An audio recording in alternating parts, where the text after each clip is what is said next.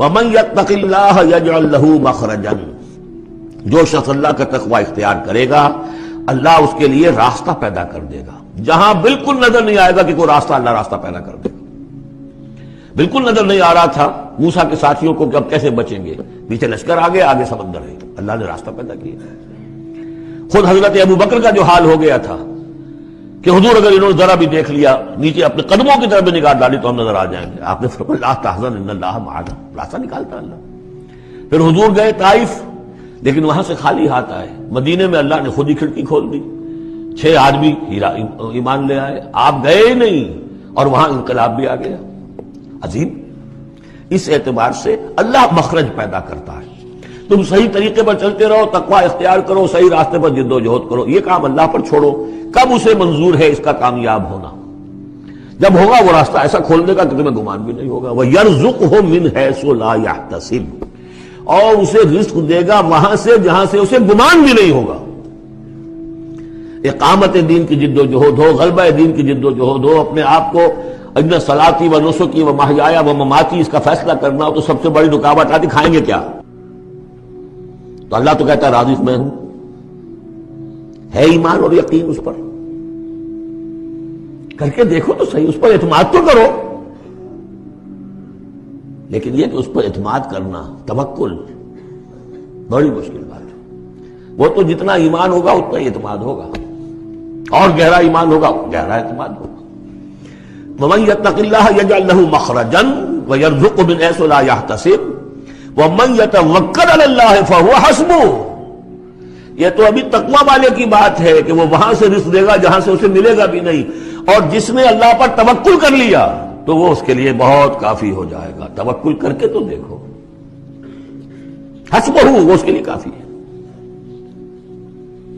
یہاں تک فرمایا ہے حدیث میں من کان فی حاجت اخیہ کان اللہ فی حاجتہ، اگر کوئی مسلمان اپنے کسی بھائی کی ضرورت پوری کرنے میں لگ رہا ہے، اپنا وقت صرف کر رہا ہے، اللہ اس کی ضرورت پوری کرنی شروع کر دیتا ہے۔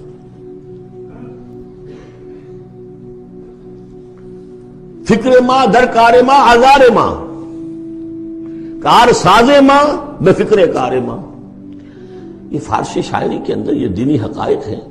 کار ساز ماں بے فکر کار ماں، میرا کارساز میرے کاموں کی فکر کر رہا ہے، میں نے اپنے آپ کو اس کے کام کے لیے لگا دیا۔ وہ دنیا میں بھی ذرا سا بھی کوئی شریف انسان ہوگا، آپ اس کے ہو جائیں وہ آپ کو چھوڑ دے گا پھر کہیں؟ شرافت ہو، مروت ہو اس میں۔ آپ اللہ کے بن کر تو دیکھیے، پھر وہ کارساز ہے، کارساز ماں بے فکر کار ماں، فکر ماں در کار ماں آزار ماں۔ جب میں اپنے معاملات کی فکر خود کرتا ہوں، کوئی نہ کوئی ٹھوکر کھاتا ہوں، کوئی نہ کوئی غلطی کرتا ہوں، آزار اپنے سر کے اوپر پیدا کر لیتا ہوں۔ اپنے آپ کو حوالے کرو، اس کا نام ہے تفویض الامر الی اللہ، افوض امری الی اللہ ان اللہ بصیر بالعباد۔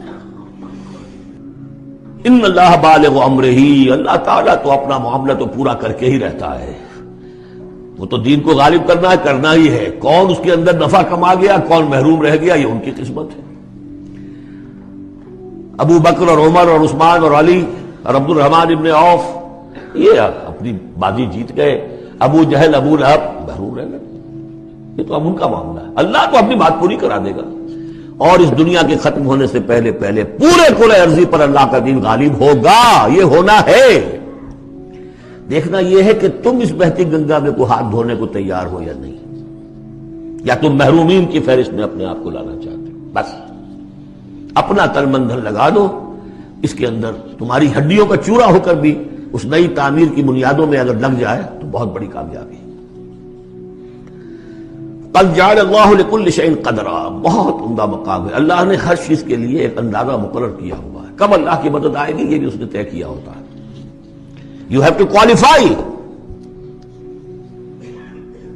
پری کوالیفیکیشن کنڈیشنز ہیں، تب مدد آئے گی، یوں نہیں آتی مدد۔ اپنا سب کچھ لگا دو، پھر کہو کہ اللہ میری 15 برس کی کمائی کل میدان میں نے وجود ڈالی ہوئی ہے، 15 برس کی کمائی، دن کی اور رات کی کوششیں ہیں میری، صبح اور شام کی کوششیں ہیں میری، 15 برس وہ میدان میں نے لا کے ڈال دی ہے۔ تب پکارو اللہ کو۔ اپنا مال بچا کے رکھنا ہے، اپنی مستقبل کو بھی بچانا ہے، اپنی اولاد کو بھی بچانا ہے، اور اللہ کا دین غالب ہو جائے، کہیں نام لکھا کے کسی جماعت میں شامل ہو کر بڑا تیر مار دیا، گویا کہ اللہ تعالیٰ تو جانتا ہی نہیں کتنی کنٹریبیوشن ہے، کتنا اثار ہے، کتنی قربانی ہے، کتنا وقت ہے، کتنی محنت ہے، اللہ جانتا ہے۔ باقی اس نے ہر چیز کا ایک اندازہ مقرر کیا ہوا۔